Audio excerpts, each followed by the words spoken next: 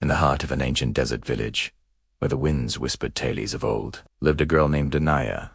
Her beauty was like a desert rose, with skin that glowed and eyes that held the innocence of 1,000 stars. Dressed in a soft peach lehanga, her long, silky black hair flowed behind her like a river of midnight. Anaya, pure of heart and brave in spirit, was unaware that her destiny was about to intertwine with a forgotten magic. One day, while wandering through the sun-scorched dunes, she stumbled upon an old, mysterious lamp half buried in the sand. Drawn by its ancient allure, she brushed away the dust, and in a swirl of smoke and shimmering light, she awakened a force beyond her wildest dreams. From the lamp emerged Azaar, a genie of immense power and breathtaking form. He wasn't a benevolent servant from a fairy tale. It was a dark, captivating enigma. Centuries old, but with the face of a young warrior. His bronze golden skin seemed to hum with magic. His hypnotic eyes, a mesmerizing blend of blue and gold, held an intensity that could pierce one's soul. With a sharp jawline and a muscular frame adorned with glowing tattoos and ancient gold, he was a vision of both beauty and terror. Anaya mesmerized, saw not a monster, but a being trapped in loneliness. She didn't ask for riches or palaces. She simply saw his pain. And Azaar, who had seen ages pass in solitude, found himself captivated by this gentle soul. He had sworn to grant her wishes, but his deepest desire was to protect her, to keep her by his side forever. Their love story began to bloom under the moonlit desert sky. Azaar, with his command over illusions, would craft gardens of starlight for Anaya in the courtyard of the old Haveli. He'd conjure melodies on the wind that sang of his growing affection. Anaya, in turn, saw past his formidable power and into the heart of the man within the genie. She wasn't afraid. Her kindness started to soothe the ancient storm within him. He showered her with gifts woven from magica de pata that shimmered with the colors of the dawn, bangles that chimed with the laughter of a gentle stream. For the first time in centuries, Azaar felt a flicker of hope. He believed that Anaya's pure love could be the one thing to finally break his eternal curse. He fell deeply, obsessively in love, vowing that no harm would ever befall her, as long as he existed. But Azaar harbored a dark, terrifying secret. His love was not a blessing. It was a curse. A cruel fate had been woven into his very being.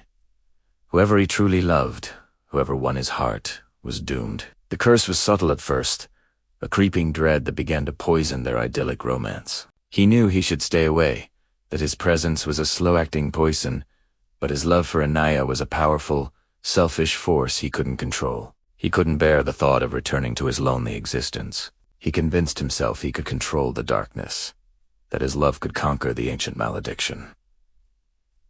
He was wrong. The closer they became, the tighter the curse's grip grew around Anaya's life, a shadow she could not see, closing in with every tender touch and every whispered promise. The first sign was small. Anaya, dancing in the moonlight, noticed something was wrong. Her shadow, once a faithful companion that mimicked her every move, was fainter. At first, she dismissed it as a trick of the light, an illusion cast by the flickering lamps of the Haveli. But day by day, it grew more transparent, a ghostly outline that barely clung to her heels. Azaar watched, in silent horror, his heart turning to ice. He knew this was the beginning. He tried to fight it, pouring his magic into strengthening her, into warding off the encroaching darkness. But the curse was a part of him, and his magic only seemed to hasten the inevitable. Anaya's laughter, once as bright as temple bells, started to lose its joyful ring. Her voice grew softer, at times becoming a mere whisper, as if the curse was stealing the very air from her lungs. Driven by a growing fear, Anaya began searching the ancient Haveli for answers. In a forgotten chamber, tucked away behind a tapestry depicting a tragic battle between gods and demons, she found a crumbling scroll. As she unrolled the fragile parchment, the horrifying truth unspooled before her eyes. The script, written in a long-dead language that Azaar's magic allowed her to read, detailed the genie's curse. It spoke of a powerful entity bound to the lamp, cursed so that any mortal woman who earned his true love would be consumed by it. The process was slow and cruel. First, her shadow would fade, severing her connection to the physical world. Then, her voice would vanish, silencing her soul. And finally, her very essence, her soul, would be extinguished, leaving behind an empty, lifeless shell. A cold dread washed over Anaya as she looked at her own hands, at the faint shadow on the wall. It wasn't just fading. It was almost gone. That night, a storm of supernatural fury descended upon the desert. Thunder cracked open the sky, and wind howled through the Haveli, shaking its very foundations. The curse had reached its peak. Azaar could no longer contain the darkness within. His form began to twist and contort, the handsome warrior giving way to a monstrous, fiery being of pure, chaotic energy. His glowing tattoos burned like hellfire, and his eyes blazed with a destructive light. He was no longer the man Anaya loved, but the raw, untamed, cursed itself. He screamed at her, his voice a distorted roar of anguish and power. "Anaya, run. Get away from me. My love will destroy you." But Anaya stood her ground. Her love was as fierce as his curse. She saw the man she loved suffering within the monster. She refused to abandon him. Ignoring his desperate pleas, she ran towards him, her heart filled not with fear, but with a profound, heartbreaking love. She threw her arms around the monstrous form, holding on as if her embrace alone could quell the storm inside him. For a moment, his chaotic energy faltered. He saw her, his Anaya, and the human part of him fought back. But the curse was too strong. As she held him, its powers surged, fully activated by their contact. The walls of the Haveli cracked and crumbled.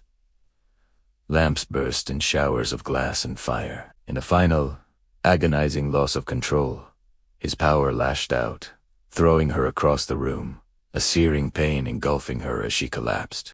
The sight of her, wounded and frail because of him, shattered the last of his resistance. He knew what he had to do. With a final, heart-wrenching cry, Azaar made the ultimate choice. To save the woman he loved more than his own existence, he had to sacrifice himself. He gathered all his power, all his being, and directed it not outwards, but inwards, forcing himself back into his eternal prison. Anaya watched through tears as his monstrous form dissolved into a torrent of golden light that streamed back into the ancient lamp. She crawled towards it, her hands reaching for him. She picked up the lamp, holding it close to her chest as it pulsed with a final, flooding warmth. Then, slowly, it began to change. The polished metal hardened, turning cold and gray. Before her very eyes, the lamp turned to solid stone, trapping him inside forever, beyond her reach, beyond any wish. Anaya was left alone in the ruins of the Haveli, clutching the stone that was once her love. The storm subsided, leaving only a haunting silence. She had her life, her voice, her soul all returned to her, but her heart was gone, locked away in stone. Some love stories don't end with togetherness. Some end with sacrifice. As she wept, a faint, ethereal whisper echoed through the silent air, carried on the wind, a ghost of a voice she would never hear again. Anaya. If you enjoyed this haunting tale, don't forget to like, share, and subscribe to DKR Mystica.